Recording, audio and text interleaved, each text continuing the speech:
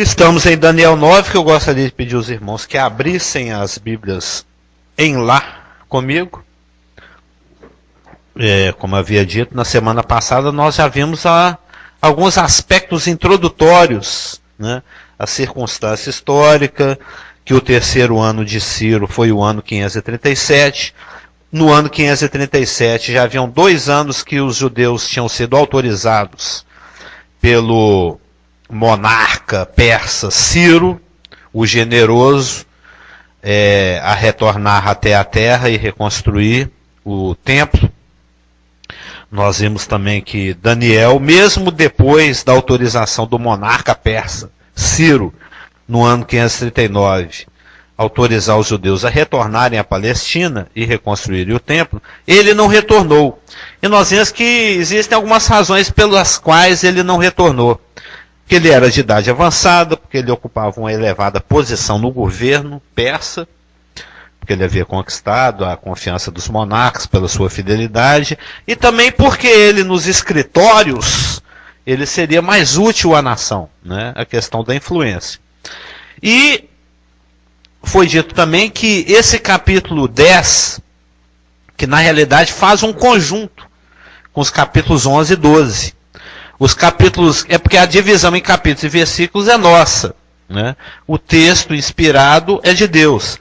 E no texto inspirado, o conjunto, capítulos 10, 11 e 12, formam uma unidade, é um todo. Os capítulos 10, 11 e 12 de Daniel apresentam a 4ª revelação que foi dada ao profeta Daniel, pelo menos de acordo com o que está registrado. A primeira revelação foi no capítulo 7, a visão daqueles animais, o leão, o urso, o leopardo, o animal terrível, o chifre, a questão escatológica, o ancião de dias, a destruição do anticristo. A do capítulo 8, que fala a respeito do confronto entre os impérios persa e greco-macedônico, aquele filme 300, né? Batalhas homéricas, batalhas célebres, batalhas históricas, batalhas conhecidas, batalhas super bem detalhadas e cujos registros se encontram nos livros de história, as lutas entre persas e gregos. A revelação do capítulo 9, capítulo 7, capítulo 8, a terceira do capítulo 9, que nós estudamos também detidamente durante várias semanas, que é a revelação, resposta à oração de Daniel, preocupado com o retorno dos judeus, porque na época da revelação do capítulo 9,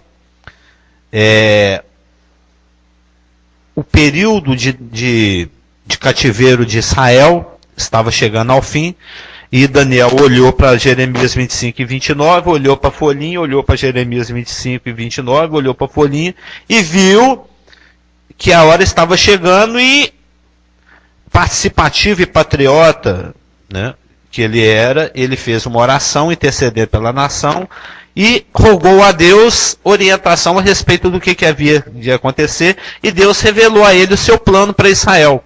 Daniel capítulo 9. Então estamos aqui na 4ª e última revelação dada ao profeta, a primeira 7, a segunda 8, a terceira 9, que é a do capítulo 10, 11 e 12. E nesses capítulos Deus revela ao profeta a consumação do plano de Deus para Israel. Lumicolor, a consumação do plano de Deus para Israel. Os capítulos 10, 11 e 12 trazem uma revelação de Deus a respeito de como é que Deus vai concluir essa história. E aí? Como é que ficam tantas promessas, como é que ficam tantas profecias, como é que ficam tantos detalhes aguardando o cumprimento? Daniel, o fantástico livro de Daniel, apresenta uma grade, né, onde nós podemos encaixar todas as outras profecias. Como sempre, né? Aconteceu isso no capítulo 9, aconteceu isso no capítulo 7. Daniel sempre muito né? Só que aqui nessa revelação, bom dia, no capítulo 10, 11, 12, Deus dá a Daniel um zoom. Ele se aproxima. Deus exagera no show. Né? Bom dia. Deus dá uma profecia tão detalhada, tão minuciosa, né? tão exata, que os críticos se recusam a aceitar que alguém no ano 537, ou seja, que alguém no ano 6 a.C., pudesse antever com tamanha precisão, com 373 anos de antecedência, algo tão detalhado. Deus exagerou tanto no show, Deus exagerou tanto no detalhamento dessa profecia, que os críticos chegam à conclusão que essas profecias, elas são o que eles classificam como a vaticínia post-eventum. Ou seja, é algo que foi depois do evento, foi vaticinado depois do evento. A pessoa, ela escreve o seguinte, ó, depois do Sarney veio o Collor, depois do Collor vem o Itamar Franco, depois do Itamar Franco vem o Fernando Henrique Cardoso, depois do Fernando Henrique Cardoso vem o Lula e depois do Lula vem a Dilma. Só que ele escreveu isso agora em 2013. Aí é fácil, é história. Aí essa pessoa que escreveu em 2013, ela joga, né, para ser divulgado, esses relatos históricos como se fossem profecia. Aí fica divulgado o seguinte, o profeta Carlos, ele escreveu no ano 1500 a.C., que depois do Sarney viria, aí vai, o Collor. Ou seja, alguém pegou o relato histórico e falsificou dizendo que tinha recebido esses detalhes antes de acontecerem. Eles eram proféticos. Mas Daniel recebeu isso profeticamente. Ele de fato viveu no século 6 a.C., e Deus quis, que Deus é presciente, Deus tem essa capacidade. Deus quis revelar a ele o que iria acontecer nos 3 próximos 4 séculos. Porque seriam informações úteis para os judeus que viviam naquelas épocas. Inclusive existem informações aqui que vão ser úteis para os judeus que vão viver lá na tribulação. Lá na tribulação. Porque ela é uma profecia de alcance próximo e de alcance mais distante. No espanhol é de cumprimento cercano e lejano, né? De cumprimentos mais próximos e de cumprimentos mais adiante. E Deus tem essa capacidade. E ele quis revelar para Daniel detalhadamente assim. Mas os críticos não aceitam. Aí eles acusam essa profecia dela ser falsificada. Dela ter sido escrita nessa circunstância que eu fiz a comparação. Alguém escreveu história dizendo que é profecia, porque é impossível alguém dar uma profecia tão detalhada assim. Mas deu. Nós vamos ver isso. Então, Daniel, capítulos 10, 11 e 12, que formam uma unidade e que compõem a 4ª revelação de Deus dada a Daniel, ela pode ser dividida em 3 sessões. O capítulo 10, praticamente, ele é introdutório. Vai do 10, 1 ao 11, 1. Ele é introdutório. Ele mostra em que circunstância essa profecia foi dada. A data em que ela foi dada. O que Daniel fez para receber essa revelação. A dificuldade que existiu para que essa revelação fosse dada. O momento da apresentação, quando o anjo dialoga com Daniel, ele cai desmaiado, e o anjo levanta, e ele cai de novo, e ele desmaia de novo, e aí 3 vezes. A circunstância, o capítulo 10, ou seja, é a introdução, que vai, primeira parte, do 10, 1 ao 11, 1. A segunda parte, né, a segunda sessão, que vai do 11, 2 a 35. 11, 2 a 35. Essa sessão trata do futuro mais imediato. Lembra que eu falei que essa profecia dos capítulos 10, 11 e 12, elas falam de eventos que aconteceriam mais ali próximos dos dias de Daniel, e eventos que vão acontecer só depois que a igreja for arrebatada, só lá na tribulação. Então essa segunda sessão, que é a primeira introdutória, que vai do 11 de 2 a 35, ela trata do futuro mais imediato. Que futuro mais imediato é esse? Do rei Dário, sob o qual Daniel estava recebendo a profecia, que reinava juntamente com Ciro, era uma coalizão, no ano 537, quando ele recebeu essa revelação, até Antíoco Epifânio, que foi um príncipe, um sátrapa macedônio, que se autoproclamou rei. Né? Lá no ano, ele reinou do ano 175 até o ano 164 a.C. Então essa segunda sessão, do 11:2 a 35, ela cobre o período que vai do ano 537, o reinado de Dário, até o ano 164 a.C., ou seja, são 373 anos de história. Daniel, capítulo 11, versos 2 a 35, tratam do futuro mais imediato, mais próximo. Cobre um período de 373 anos. E nós vamos ver isso detalhadamente. De Dário, o rei que Daniel servia, até quase 400 anos depois, o Antíoco Epifânio. Que eu não sei se os irmãos já estão familiarizados. Acho que o pastor Geraldo já leu alguma coisa a respeito. Foi um tipo do anticristo. Foi um homem muito perverso. Foi um homem antissemita, era alguém que foi um grande servo de Satanás, ele foi muito usado pelo diabo para tentar destruir Israel. E nós vamos ver os detalhes. Sim.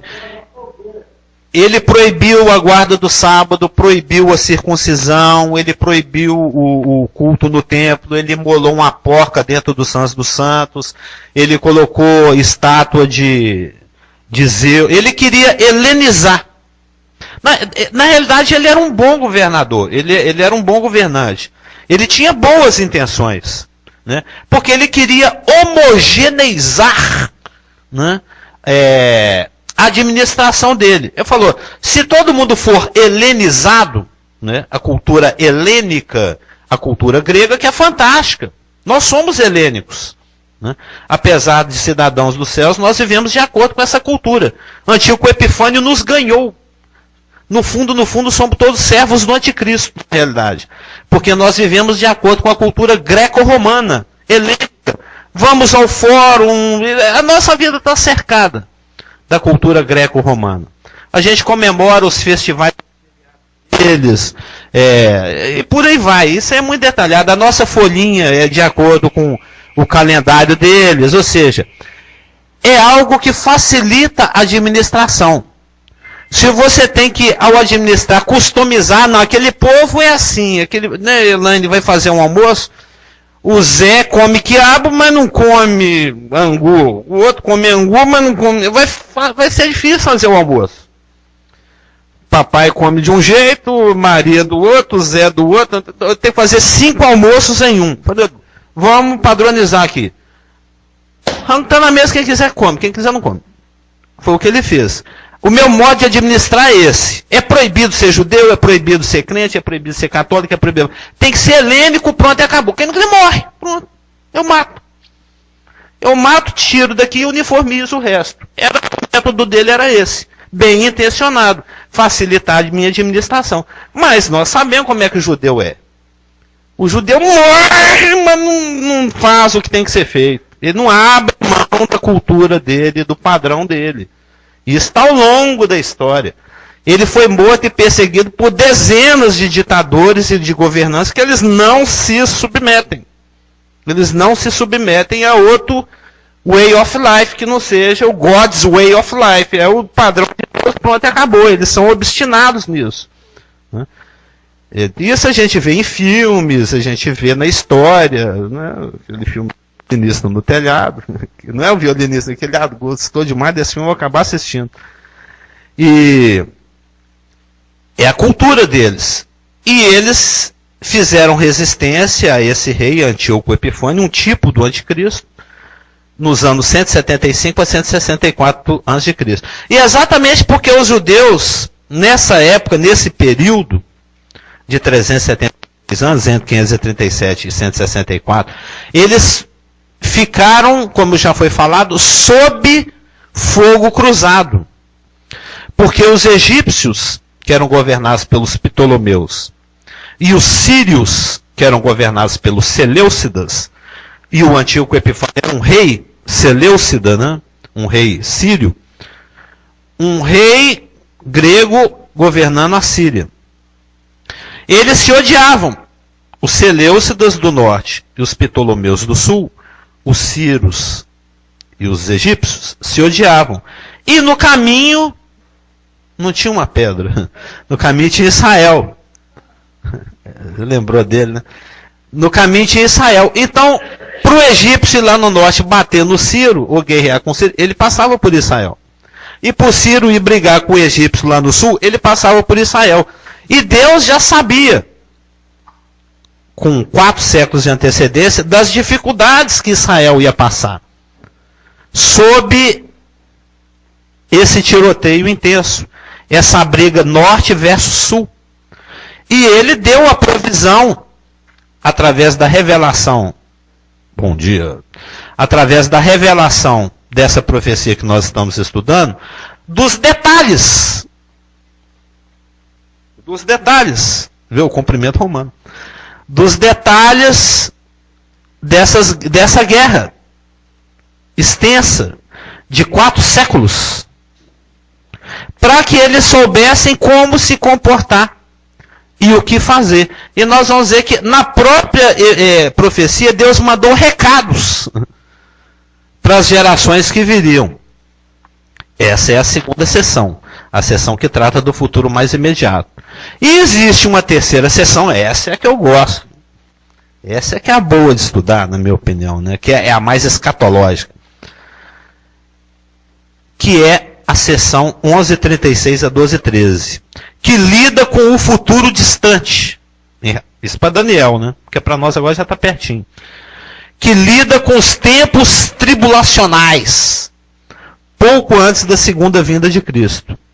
Ou seja, como eu havia falado, essa revelação dos capítulos 10, 11 e 12 de Daniel, que forma a 4ª revelação dada a Daniel, é uma revelação que apresenta a consumação do plano de Deus para a nação de Israel. E como é que o plano de Deus para a nação de Israel se consuma? Com a vinda do Hamashia ben Davi, que nós conhecemos como a segunda vinda de Cristo. Aquilo que nós estudamos na casa do pastor Geraldo das quintas-feiras. Apocalipse 19, de 11 a 21. A parúzia, o apocalipse, né? A manifestação, a epifaneia da pessoa de Jesus Cristo, universalmente, corporalmente, visivelmente e gloriosamente para todo o planeta. Ela estava atrás do argueiro, né? É isso que Cristo falou, né? Antes de você tirar esse pote do irmão, não, o cisquinho do olho do irmão, tira o pote que está no seu, né? É interessante. Eu gosto da linguagem de Cristo, é bem hiperbólica, né? O camelo e a agulha. Mas a sessão terceira da revelação, 11 e 12, vai de 11:36 a 12:13 e fala dos tempos tribulacionais, daquilo que vai acontecer dentro da tribulação, de como serão as movimentações dos exércitos liderados pelo anticristo dentro do período tribulacional. Então, o objetivo dessa profecia, dessa revelação de Daniel 10, 11 e 12, dessa extensa revelação, né, gigantesca, não sei se algum dos irmãos leu durante a semana como sugerido, é bastante extenso, é confortar, instruir e orientar o povo de Israel em tempos tão difíceis, como foram esses 4 séculos lá do passado, do século 6 ao século 2, e como serão difíceis os tempos que os judeus vão passar na tribulação. É o que Jeremias 37 chama de tempo de angústia de Jacó. São profecias que tratam do futuro imediato, dá um pulo de 2.200 anos e vai falar lá do futuro mais longínquo, que é o futuro tribulacional.